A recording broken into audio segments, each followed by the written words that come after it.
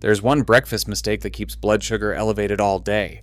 You're checking your fasting glucose every morning, eating what you believe is healthy, and your numbers still will not budge. Your A1C keeps creeping up after 60, and nobody's explained why. Your body handles that first meal of the day differently than it used to, and most people never find out the reason. One simple morning change can improve insulin response for hours, but it only works once you understand what's really driving those stubborn readings before you even take your first bite. Every morning before a single bite of breakfast, something is already happening inside the body. For many adults over 60, blood sugar starts to climb even before the day truly begins. This early rise isn't caused by what you eat, but by the way your body wakes up. It is called the dawn phenomenon, and it is more common than most people realize. Between about 3 and 8 in the morning, the body releases a mix of hormones, cortisol, growth hormone, and others, that act like a gentle push, telling the liver to send more glucose into the bloodstream. This is the body's way of making sure you have enough energy to start the day. But for people with diabetes, prediabetes, or age-related insulin resistance, that push can turn into a stubborn blood sugar spike. Cortisol, often called the stress hormone, plays a key role here. It peaks in those first 30 to 45 minutes after waking, nudging blood sugar even higher and making it harder for insulin to do its job.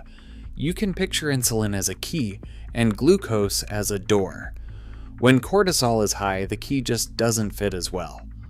The result? Even before breakfast, fasting glucose numbers can be elevated, and the first meal of the day is starting from a higher point than most people expect. But here is what most people miss. This morning rise isn't just a nuisance, it sets the stage for how your body will handle food for the rest of the day. If you are wondering why your numbers seem stubborn, no matter how carefully you eat, the answer may start before your fork ever hits the plate. Breakfast turns out to be a different ballgame after 60. The same bowl of oatmeal or slice of toast that might have worked in your 30s can bring a much bigger blood sugar rise now. That's because with age, the insulin key becomes less reliable at opening the glucose door.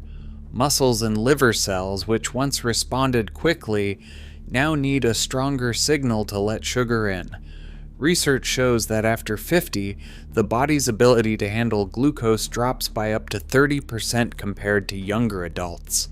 This means the morning hours are less forgiving.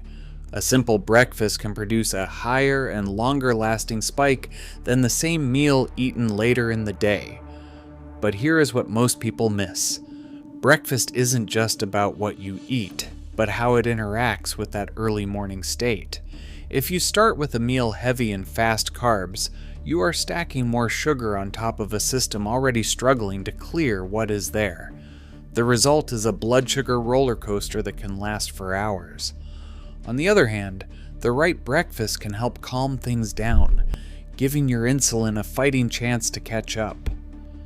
Timing and composition matter more than ever because the body's morning chemistry sets the tone for the rest of the day. The next step is understanding what actually works to smooth out those numbers and why some common breakfast choices may be working against you. Protein and fiber might sound like buzzwords, but there is a plain, practical reason they matter so much at breakfast, especially after 60. Picture breakfast as the first test your body faces each day. When protein comes in early, it acts like a gentle nudge for your pancreas, encouraging it to release insulin sooner. This early insulin signal is important because, with age, the body's response slows down. It's a bit like needing a louder alarm clock in the morning. The old system just doesn't snap to attention the way it used to. Studies show that about 20 to 30 grams of high-quality protein at breakfast can help the body's insulin key fit the glucose door more smoothly, even when cortisol is still high. But protein isn't just about blood sugar. It also helps you feel full longer, so you are less likely to reach for a snack before lunch. That sense of satiety is especially helpful for anyone who finds themselves hungry again by mid-morning, even after a seemingly healthy meal. Fiber works differently, but just as powerfully. Soluble fiber, the kind found in oats, flaxseed, and some fruits, forms a gentle gel in the stomach. This slows down how quickly glucose from food enters the bloodstream, smoothing out what would otherwise be a sharp spike. Instead of a blood sugar roller coaster, up fast and then down hard, fiber helps keep the ride steady. Even 8 to 15 grams of soluble fiber can make a measurable difference, flattening the curve of post-breakfast glucose and giving your body more time to catch up. Together, protein and fiber at breakfast aren't a fad. They are a way to give your body a fighting chance against the natural changes of aging. The science is clear. Starting the day with these two nutrients can help take the edge off those stubborn morning numbers and set a steadier course for the hours ahead. The surprising part is, not all carbohydrates behave the same way, especially in the morning. Many people look at breakfast foods and think in terms of healthy or unhealthy, but the real difference comes down to something called glycemic load. Glycemic load measures not just how fast a food raises blood sugar, but also how much sugar it actually delivers at once.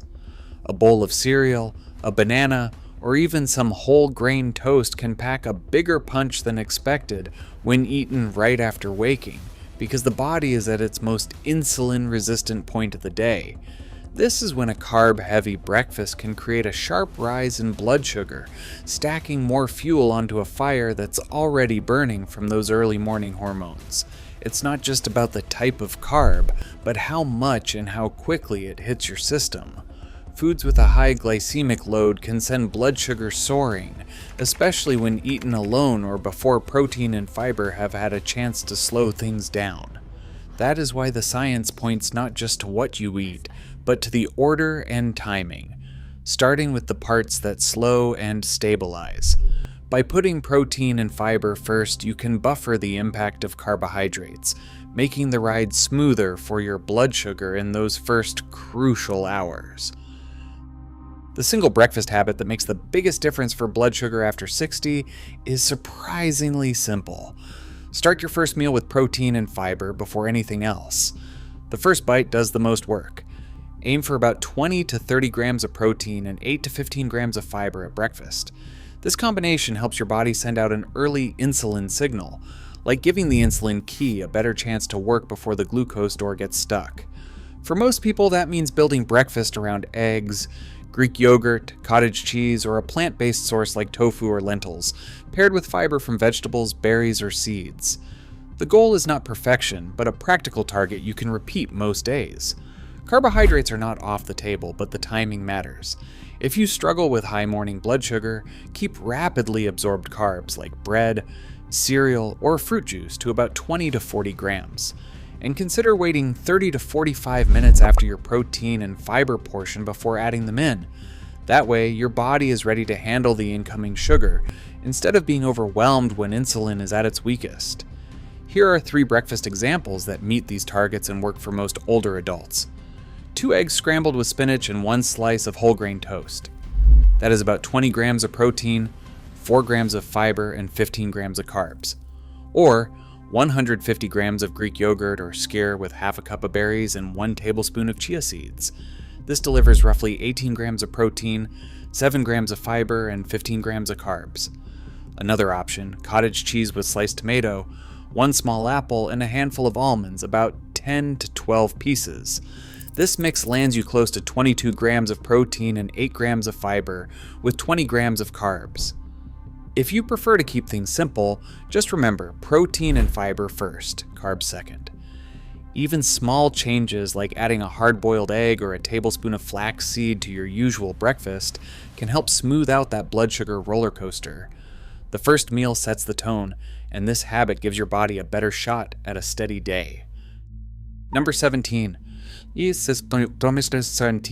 Meatloaf with tomato glaze and green beans. Study after study has looked at what happens when older adults focus their first meal on protein and fiber rather than quick-burning carbs. The results are steady but not dramatic, and that is exactly what you want when it comes to blood sugar. In clinical trials, breakfast built around 20 to 30 grams of protein and 8 to 15 grams of soluble fiber led to immediate post-meal glucose readings that were about 15 to 30% lower than those seen with a more typical carb-heavy breakfast. That means the blood sugar roller coaster is less steep right after eating, and the numbers tend to stay within a safer range. But here is what most people miss. The biggest benefits show up over time, not overnight. When researchers tracked people for 8 to 12 weeks, those who stuck with a protein and fiber-first breakfast saw their A1C, a marker of average blood sugar, drop by a modest but meaningful amount. The trend was clear. Even a 0.4 to 0.9% reduction in A1C, seen in some studies, is enough to make a real difference in diabetes management. Fasting insulin levels also improved, which suggests the body was responding better to its own insulin, not just getting a short-term boost. It is important to say that these results are not magic. The numbers do not drop like a stone after one good breakfast. Instead, the change is gradual, a little better each week as the habit becomes routine.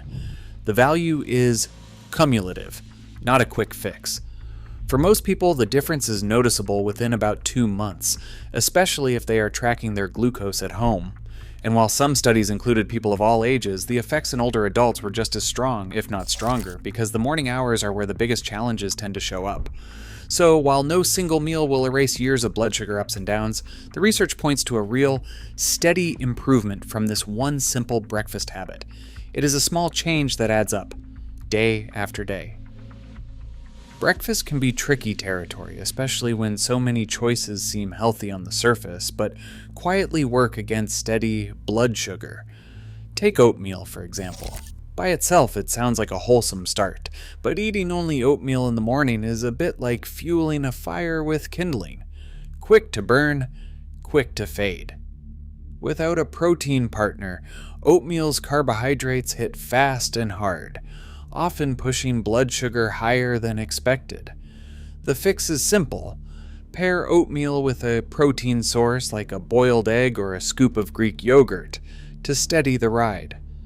Fruit-only or juice-only breakfasts are another common pitfall. A glass of orange juice or a bowl of sliced fruit feels light and refreshing, but in the morning, those natural sugars can move straight into the bloodstream. When fruit is the whole meal, it is missing the anchors, protein and fiber, that slow things down. Instead, use fruit as a side, not the main event, and always add a protein or fiber source to keep glucose from spiking. Low protein mornings are a quiet saboteur. Toast with jam, a plain bagel, or a quick pastry might fill you up for a moment, but they leave the pancreas without the early nudge it needs. If breakfast does not include a clear protein anchor, the insulin key stays sluggish and blood sugar climbs. The correction is to build breakfast around protein. Think eggs, cottage cheese, or a protein smoothie, so the body gets the signal it needs right away. Sweetened yogurts and muesli can hide more sugar than people realize. Even a small cup of flavored yogurt or a bowl of crunchy granola can deliver as much sugar as a dessert. The better move is to choose plain yogurt, toss in a handful of berries, and add a sprinkle of seeds or nuts for balance. Large white toast or bagel breakfasts are another culprit. These refined carbs hit the system fast, especially in the morning when insulin is at its weakest. Swapping out the white bread for a smaller slice of whole grain toast and pairing it with protein turns a blood sugar spike into a smoother curve. The point is not to aim for perfection, but to spot the patterns that quietly work against you. With a few practical swaps, protein with your oatmeal, fruit as a side, plain yogurt instead of sweetened, and a balanced plate instead of a carb. Heavy start, breakfast can become a tool for steadier blood sugar, not a hidden hurdle. Before making any changes to breakfast, some people need to pause and check with their clinician first. Anyone who uses insulin or takes medicines like glipizide or glyburide should be extra careful. These drugs can lower blood sugar quickly, and shifting the balance of protein, fiber, and carbohydrates at breakfast can sometimes tip the scales toward a low reading, especially in the first days of a new habit. For those on other glucose-lowering medications like SGLT, 2 inhibitors, or combinations with metformin, individualized advice is important, since the risk of hypoglycemia can vary and adjustments might be needed. People with advanced kidneys disease face a different challenge. When the kidneys are not working well, the body may not handle extra protein the way it used to. In these cases, the amount and type of protein at breakfast should be tailored with a healthcare provider, often with a focus on plant-based sources and careful tracking of daily totals. The same goes for anyone who has had a recent heart event, or who takes several medications that interact in complex ways, because a new breakfast routine can shift how the body responds to both food and drugs. The main point is this: food changes can affect medication needs. A safer path is to review your medicines with your prescriber before you start, especially if you are tracking glucose and notice big changes. It is about making progress without taking unnecessary risks. Before we go further, a quick tip. The simplest way to see if this breakfast habit works for you is to run a 30-day test. Start by picking one breakfast that fits the protein and fiber targets you have just learned, something you can stick with most days, whether it is eggs and spinach, Greek yogurt with berries, or another balanced choice. Keep that breakfast consistent for the full month, even on weekends. During the first week, check your fasting glucose each morning before you eat. This gives you a clear baseline. Choose one day in that first week to check your blood sugar again about 1 to 2 hours after finishing breakfast. Write down both numbers in a notebook or on your phone. Repeat the same post-breakfast check at the end of the 4th week. You are looking for a pattern, not perfection. If your numbers are moving in the right direction, that is a good sign. If they are not, or if you notice big swings, especially if you take insulin or other diabetes medications, bring your log to your clinician. They can help you adjust safely. This approach is not about chasing perfect numbers, but about seeing real, steady progress you can measure. Even small changes tracked over time can add up to better mornings. For millions over 60, blood sugar control often feels out of reach. Yet clinical research now confirms that what you eat first, protein and fiber before carbs, can reset that morning pattern. Small breakfast shifts done consistently drive real changes in A1C and fasting glucose. Today, the power to steer your day's numbers starts right at your kitchen table. Your next choice is the difference. Share your experience in the comments below.